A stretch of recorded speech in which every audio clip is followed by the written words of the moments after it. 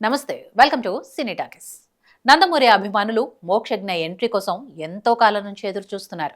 గత ఏడాది ప్రశాంత్ వర్మ దర్శకత్వంలో ఓ సినిమా ప్రకటించారు. ఫస్ట్ లుక్ కూడా విడుదల చేశారు. ఏమైందో తెలియదు కానీ మధ్యలోనే ఆ సినిమా ఆగిపోయింది. ఆ కాంబో వస్తే బాగుంటుందని ఫ్యాన్స్ భావించారు, కానీ జరగలేదు. ఇప్పుడు ఇంకో 7 నెలలు వెయిటింగ్ చేయక తప్పదని లేటెస్ట్ అప్డేట్. ప్రస్తుతం శిక్షణ మొత్తం పూర్తి చేసుకున్న మోక్షజ్ఞ ఫిజికల్ ఫిట్నెస్ కోసం మరికొంత సమయం తీసుకోబోతున్నాడట.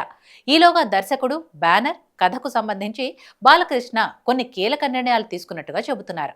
గౌతమిపుత్ర శాతకర్ణి, ఎన్టీఆర్ కథానాయకుడు, ప్రజానాయకుడు తీసిన దర్శకుడు క్రిష్ చేతికి మోక్షజ్ఞ ఎంట్రీ బాధ్యతను ఇవ్వబోతున్నట్లు ఇన్సైడ్ టాక్.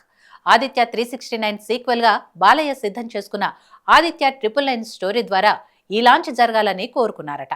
నిజానికి ఇది స్వీయ దర్శకత్వంలో తీయాలనేది బాలకృష్ణ ముందు అనుకున్న ప్లాన్.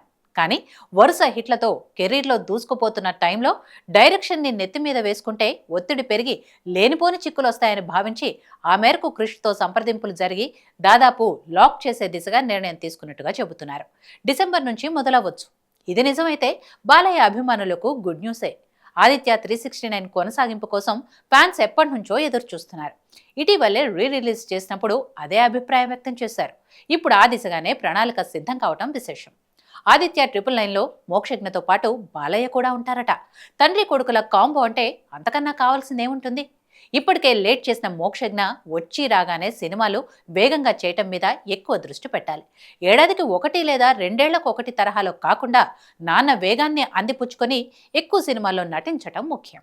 హాయ్, హలో, మెస్మరైజ్ చేసే మూవీ ముచ్చట్లు, రిలీజ్ అయిన వెంటనే రివ్యూస్, మీ అభిమాన తారల రియల్ స్టోరీస్, సినిమా సమాచారం ఏదైనా క్షణాల్లో మీ చెంతకు.